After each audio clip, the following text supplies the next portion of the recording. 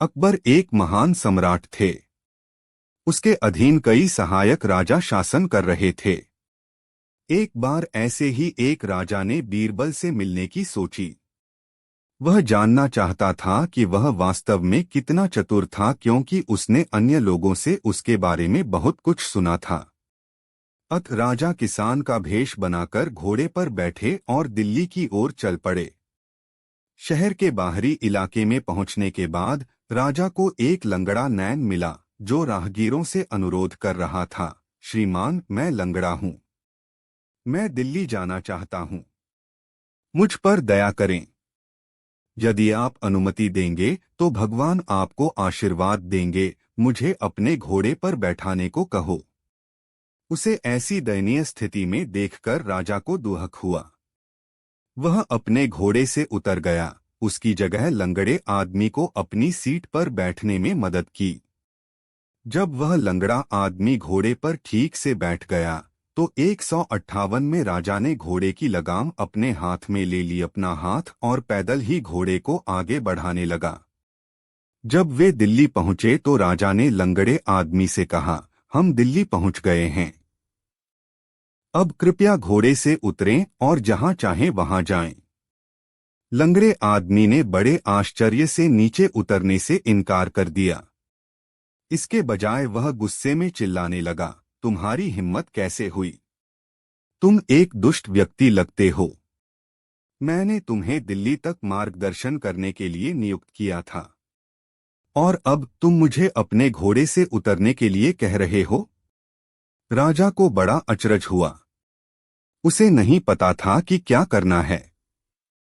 उसे चुप देखकर लंगड़ा आदमी फिर चिल्लाया, क्या तुम्हें शर्म नहीं आती? तुम मेरी विकलांगता का फायदा उठाकर मेरा घोड़ा छीन लेना चाहते हो। राजा ने एक बार फिर उससे घोड़े से उतरकर चले जाने का अनुरोध किया, लेकिन इसके बजाय लंगड़ा आदमी फिर से उस पर चिल्लाना शुरू कर दिया। दोनों ने घोड़े के स्वामित्व का दावा किया। अंततः वे न्याय के लिए सम्राट के दरबार में गए। बादशाह ने बीरबल से मामला सुलझाने को कहा। बीरबल ने उन दोनों की बात ध्यान से सुनी और एक सेवक से घोड़े को शाही अस्तबल में बांधने के लिए कहा। फिर उसने लंगड़े आदमी और किसान को अगले दिन मिलने के लिए कहा। अगली सुबह जब वे पहुंचे, बीरबल उन्हें अस्तबल में ले गए। एक पंक्ति में कई घोड़े थे। बीरबल ने सबसे पहले लंगड़े आदमी से अपने घोड़े की पहचान करने को कहा, लेकिन लंगड़ा आदमी घोड़े को पहचानने में असफल रहा और अस्तबल से बाहर चला गया। तब बीरबल ने किसान के भेष में राजा से अपने घोड़े की पहचान करने को कहा। राजा ने तुरंत अपने घोड़े को पहचान लिया। घोड़ा भी अपने मालिक को देखकर हिनहिनाने लगा। उसने राजा को घोड़ा वापस दे दिया और लंगड़े आदमी को धोखा देने के लिए दंडित किया। बीरबल की बुद्धिमत्ता देखकर वेशधारी राजा अत्यंत प्रसन्न हुए। उसने अपनी असली पहचान बताई और बादशाह अकबर से कहा कि वह बीरबल की बुद्धिमत्ता की परीक्षा लेने आया है। उन्होंने कहा, मैं वास्तव में उनकी बुद्धिमत्ता और दिमाग की उपस्थिति से प्रभावित हूं। वह वास्तव में एक रत्न है। बादशाह अकबर बहुत खुश हुए और उन्होंने राजा का सम्मानपूर्वक स्वागत किया। 88 बकरी का वजन। एक बार बादशाह बीरबल से बहुत नाखुश थे। उन्होंने दरबार में बीरबल के प्रवेश पर प्रतिबंध लगा दिया। बीरबल कुछ दिनों के लिए पड़ोस के गांव में चले गए। हालांकि बादशाह बीरबल की अनुपस्थिति को अधिक समय तक सहन नहीं कर सके। उन्होंने उसकी काफी तलाश की, लेकिन वह कहीं नहीं मिला। सम्राट ने बहुत सोचा। आखिरकार उसे एक विचार सूझा और उसने अगले दिन अपनी योजना को मूर्त रूप देने का निर्णय लिया। उसने अगले दिन सभी गांवों के मुखियाओं को बुलाया। जब वे आए तो उसने बकरियों का वजन करके उन्हें एक एक बकरा दिया। उन्होंने कहा, मैं तुम्हें एक एक बकरी दे रहा हूं। बकरी को अपने साथ ले जाओ। तुम्हें 1 महीने के बाद अपनी बकरी के साथ दरबार में आना होगा। लेकिन ध्यान रखना, यह देखने के लिए कि 100 महीने देने पर बकरी का वजन उतना ही रहना चाहिए। मैं बकरियों को प्रत्येक तौल के हिसाब से 100 स्वर्ण मुद्राएं देता हूं। बकरी के वजन में जरा सा भी बदलाव आपको सजा का हकदार बना देगा। सभी मुखिया बकरियों को लेकर अपने गांव लौट आए, लेकिन हर ग्राम प्रधान चिंतित था। पूरे महीने बकरी का वजन एक समान रखना कैसे संभव हुआ? 1 माह पूरा होने पर सभी ग्राम प्रधानों ने प्रस्तुति दी, स्वयं अपनी बकरियों सहित दरबार में। लगभग सभी मामलों में बकरे का वजन शुरुआती वजन से अधिक या कम था। केवल एक ग्राम प्रधान की बकरी ही रह गई थी। यह देखकर बादशाह ने मुखिया को बुलाया और उससे पूछा, मुझे बताओ, तुम अपनी बकरी का वजन नियंत्रण में कैसे रख पाए? तुमने क्या किया? उसने उत्तर दिया, महाराज, दिन के समय मैं बकरी को ढेर सारी घास खिलाता था, लेकिन रात में मैं उसे बाघ के सामने बांध देता था। सम्राट ने कहा, ठीक है, लेकिन तुम्हें ऐसा करने के लिए किसने कहा? पिछले कुछ दिनों से एक अजनबी हमारे गांव में रह रहा है। जब उसने मुझे चिंतित देखा तो उसने मुझसे कारण पूछा। मैंने उसे अपनी समस्या बताई और उसे बताया कि बकरी के वजन में थोड़ी सी भी गड़बड़ी मुझे परेशान कर सकती है। कड़ी सजा। महाराज, वह इतना बुद्धिमान है कि कुछ ही समय में उसने ऐसा समाधान निकाला जिससे मैं सजा से बच गया। मुखिया ने कहा, आखिरकार मुझे बीरबल मिल गया। बादशाह खुशी से रो पड़े। तुरंत उन्होंने बीरबल को दरबार में वापस लाने के लिए अपने गार्ड भेजे। बीरबल दरबार में आए और एक बार फिर दरबार पहले जैसा रंगीन और दिलचस्प हो गया। 49 घोड़े का प्रश्न। एक दिन बादशाह और बीरबल एक साथ शिकार के लिए गए। अपने शिकार का पीछा करते करते वे काफी दूर निकल गए और शहर से काफी दूर हो गए। जब वे लौटने को तैयार हुए तो शाम हो गई थी। उनके पास कोई प्रावधान नहीं था। यह सम्राट के सामान्य रात्रि भोज का समय था और उसे अत्यधिक भूख लगी। हालांकि उन्हें बीरबल से इसका जिक्र करना शर्मनाक लगा।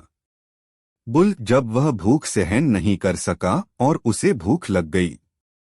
उससे भी बेहतर उसने खुद से समझौता किया और बीरबल से कहा, बीरबल, मुझे भूख लग रही है। सौभाग्य से बीरबल अपने शिकारी के थैले में कुछ भुने हुए चने भी साथ लेकर आए थे। उसने कुछ चने बादशाह को दिए और कुछ रख लिए स्वयं उसके लिए। उन्होंने अपने घोड़ों को एक पेड़ से बांध दिया और भुने हुए चने खाने लगे।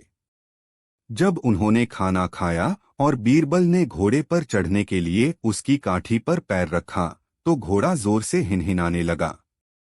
सम्राट आश्चर्यचकित हुआ। उन्होंने पूछा, बीरबल, घोड़ा इतनी जोर से क्यों हिनहिनाया? बीरबल ने नम्रता से उत्तर दिया, महाराज, घोड़े ने हमें अपना भोजन खाते हुए देख लिया। अब वह जानना चाहता है कि कौन चढ़ेगा, घोड़ा या घोड़ा। सम्राट। बीरबल के मजाकिया मजाक पर बादशाह मुस्कुरा दिए। 50 इत्र की एक बूंद और अकबर की प्रतिष्ठा।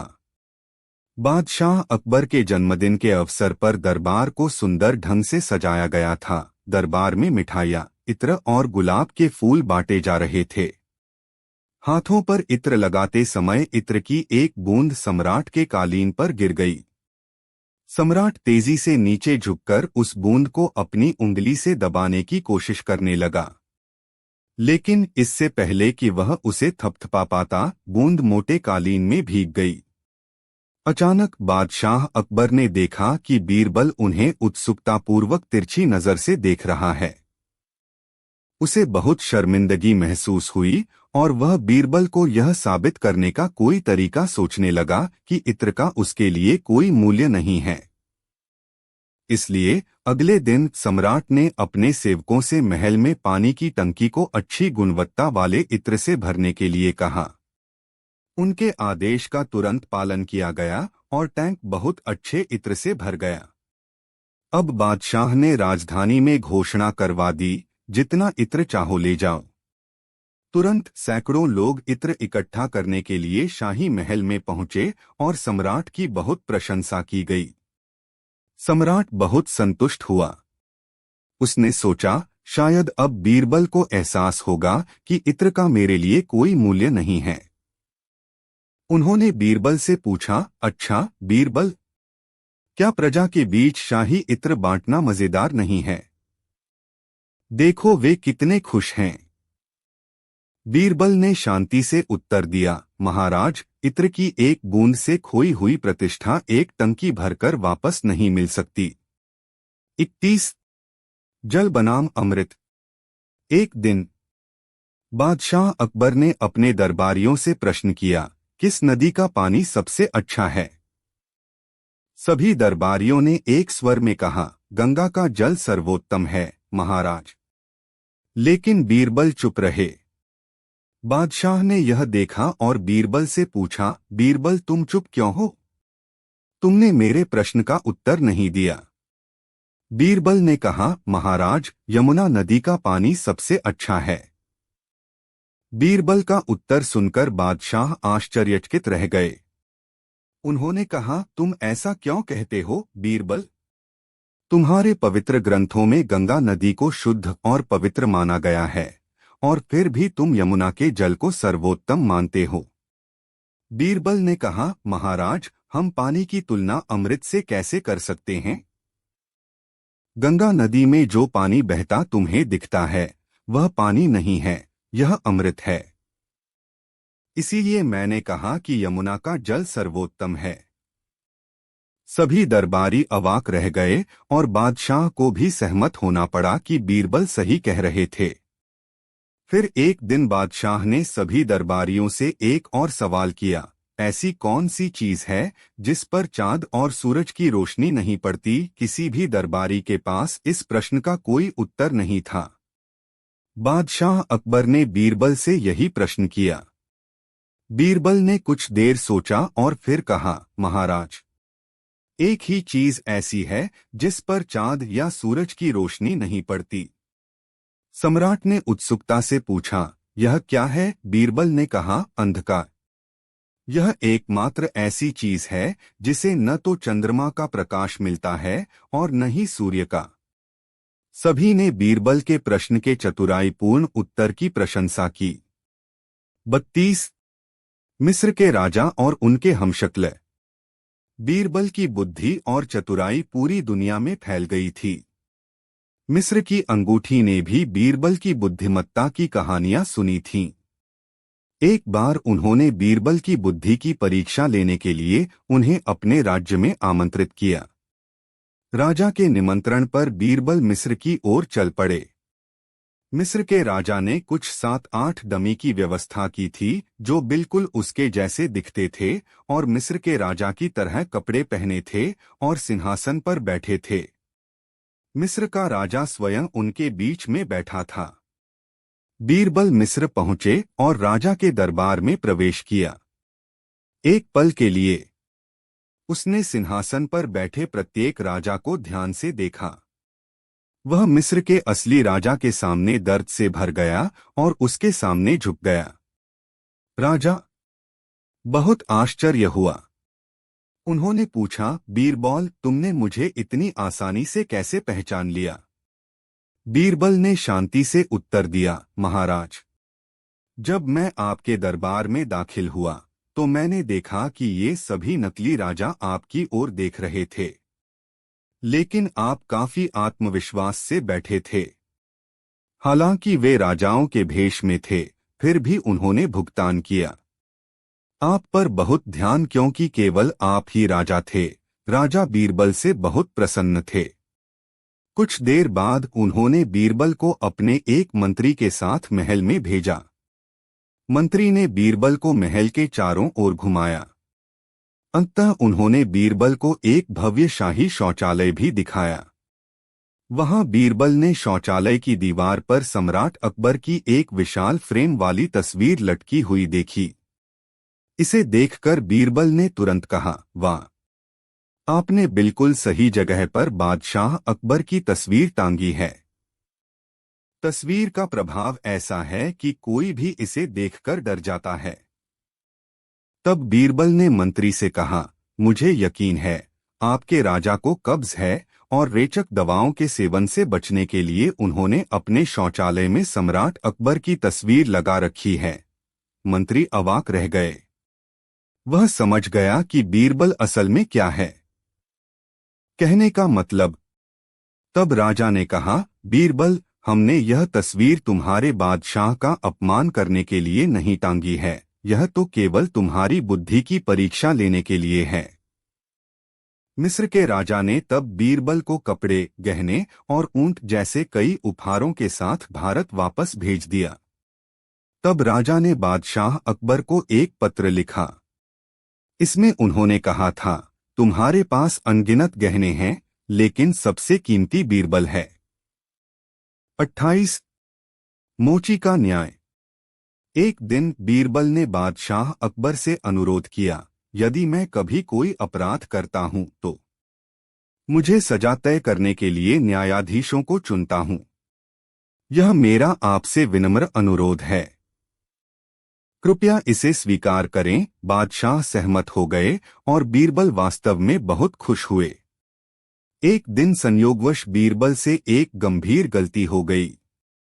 बादशाह ने बीरबल को बुलाया और उसे उसकी गलती के बारे में बताया। उन्होंने बीरबल को सजा भुगतने के लिए भी कहा। बीरबल ने बादशाह से अपने न्यायाधीशों को नियुक्त करने का अनुरोध किया। बादशाह सहमत हो गए और उनसे अपने न्यायाधीशों को स्वयं चुनने के लिए कहा। बीरबल ने 5 मोचियों को मुकदमे में जज नियुक्त किया। सम्राट ने आश्चर्य से पूछा, ये मोची क्या न्याय कर सकते हैं? इसके स्थान पर किसी शिक्षित व्यक्ति को चुनना चाहिए था। बीरबल का मुकदमा सुनने के लिए नियुक्त किया गया। 5 मोचियों को चुने। बीरबल ने उन्हें अपनी गलती बताई और अपना फैसला देने को कहा। अचानक मोचियों को याद आया कि कुछ साल पहले बीरबल ने उन्हें बहुत परेशान किया था। इसलिए उन्होंने बदला लेने का फैसला किया। पहले मोची ने कहा, महाराज, बीरबल ने बहुत बड़ा अपराध किया है, उसे 100 रुपए का जुर्माना देना होगा। दूसरे मोची ने कहा, यह तो बहुत बड़ी सजा है। उसने सोचा कि रकम इतनी भारी है कि इसका बीरबल की पत्नी और बच्चों पर प्रतिकूल प्रभाव पड़ेगा और उन्हें बहुत कष्ट होगा। अत उन्होंने जुर्माने की रकम 20 रुपए कम कर दी। तीसरे मोची को भी 80 रुपए का जुर्माना बहुत ज्यादा लगा, इसलिए उसने इसमें 60 रुपए कम कर दिए। चौथे मोची को यह रकम भी बहुत बड़ी लगी। पांचवा भी अपने साथियों से सहमत था। अंततः कुछ विचार विमर्श के बाद यह निर्णय लिया गया कि बीरबल को केवल 20 रुपए का जुर्माना देना होगा। बादशाह को तुरंत एहसास हुआ कि बीरबल इतना चतुर था कि उसने मोचियों को न्यायाधीश नियुक्त कर दिया और इस तरह बड़ी सजा से बचने में कामयाब रहा। मोची चले गए। सम्राट ने 20 रुपए की रकम को कुछ नहीं समझा, लेकिन गरीब मोचियों के लिए यह निश्चित रूप से बहुत बड़ी रकम थी। साल भर की कड़ी मेहनत के बाद भी उनके लिए 10 रुपए भी बचाना संभव नहीं हो सका। उन्हें गरीबी से जूझ रहे मोचियों पर दया आ गई और साथ ही बीरबल की बुद्धिमता देखकर भी वे प्रसन्न हुए। 29 बीरबल और अपवित्र ब्रश। बीरबल एक हिंदू थे जबकि अधिकांश दरबारी बीरबल के थे। अत बादशाह सहित सभी दरबारियों ने बीरबल को भी मुसलमान बनाने का निर्णय लिया। एक दिन जब बीरबल दरबार में काम में व्यस्त थे तो बादशाह ने कहा, बीरबल, कल महल में एक बड़ी दावत है।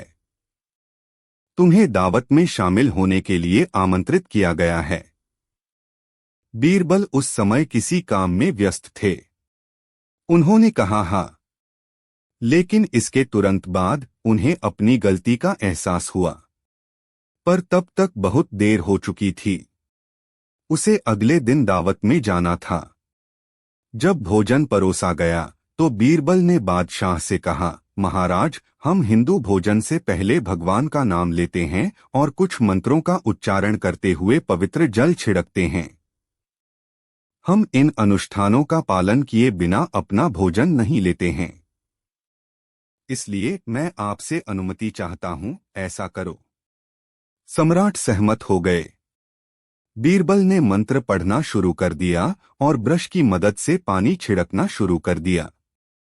यह देखकर सभी मुस्लिम दरबारी क्रोधित हो गए, क्योंकि जिस ब्रश से बीरबल पानी छिड़क रहे थे वह सूअर के बालों से बना था और मुस्लिम धर्म के अनुसार सूअर को अपवित्र माना जाता है।